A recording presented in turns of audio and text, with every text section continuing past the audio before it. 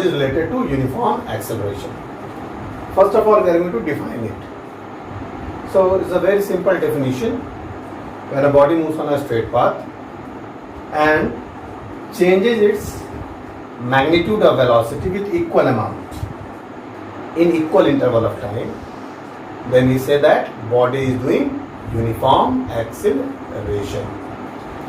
Again I am repeating, when a body moves on a straight path and changes its magnitude of velocity equally in equal interval of time, then we say that body is doing uniform acceleration. If somebody asks about non-uniform acceleration, very simple word, that when a body moves on a straight path and the change in magnitude of velocity is not equal in equal interval of time. Time will be equal interval, but the value of change is not fixed. It is changing. Then it is called non-uniform acceleration. Now coming to uniform acceleration, that was the definition of this uniform acceleration. Now formula for calculating uniform acceleration. It's a very simple thing. Actually, acceleration is measured by change in velocity. That means how much value of change has come in the value of velocity and within which time, how much time interval. So change in velocity upon time, that will give you the value of acceleration. In short, we can write V, that we take as the final velocity, means the velocity which is coming out, which is observed after some time. U, initial velocity, that means what the velocity was previously observed by the object, and then the time in which the velocity has changed. So for example, here you can take anywhere, like suppose here 5 meter per second, here 7 meter per second. So this will be taken as final velocity V, this will be taken as initial velocity, and time will be taken 1 second. It is not necessary that you always take for 1 second. You can take any period of time. Suppose you can use, you are interested for this velocity and this velocity. So in this situation, this will be taken as final velocity and this will be taken as initial velocity. But then what will be the time taken here? 2 seconds. Because 1 second here, 1 second here. So for V, we can write 9. For U, you can write 5. So 9 minus 5, that will come 4.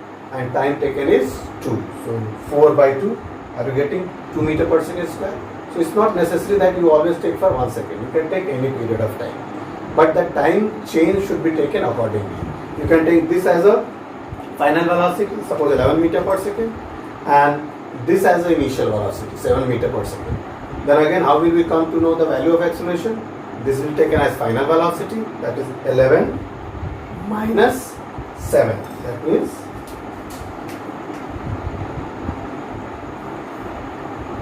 that is value of the change in velocity from 7 to 11. So the change is required. 4 is the change, and how much time will it take? Again 2 seconds.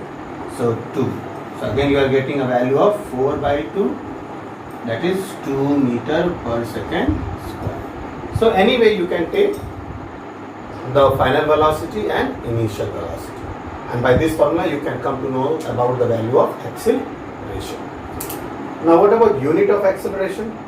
The unit of acceleration is meter per second square, standard unit, that's basic unit, SI system unit. Meter per second square or ms to the power minus 2, they are same thing. But how this unit comes, that we are going to understand. So suppose formula acceleration is change in velocity by time, that means v minus u by t. Now since in the numerator there is a change of velocity only, so when we defined out the difference change of any two same quantity, the difference has also the same unit. Means this is velocity, this is velocity. So the difference which we are getting will have the same unit of that physical quantity. Of that means here it is velocity. So for numerator we will take meter per second, because this is the standard unit of velocity. And for time we will take second. Now meter per second by second. As per mathematical notation, for denominator we can take 1 in the second, for this second which is in denominator, so that it will become fraction to fraction. Now how do we solve the value of fraction to fraction? We multiply with the reciprocal of the fraction which is in the denominator. So what is here in the denominator? Second by 1. So how will we find out? multiplied by 1 by second. So reciprocal of second by 1 is 1 by second. So finally meter into 1, that will come meter in the numerator, and second into second, that will come second square. So in this way the SI unit of acceleration becomes meter per second square. Now other unit you can also use, because at many places we can take the velocity in kilometer per hour and the time in hour also. So in that situation that unit will become kilometer per hour square. Kilometer will be in the same way, like here is meter and per second square. So here it will be kilometer and the time will be in the square. So since we are taking time in hour, so we can take hour square. So this can be another unit for measuring acceleration. So this is for the unit. Now during this uniform acceleration we can find out the average velocity of the journey also, because there is a very particular way of movement of any object. What is the particular movement? That they increase the speed units with the same amount of value. So for whole journey, if you want to know the value average velocity for the whole journey, how can we find out?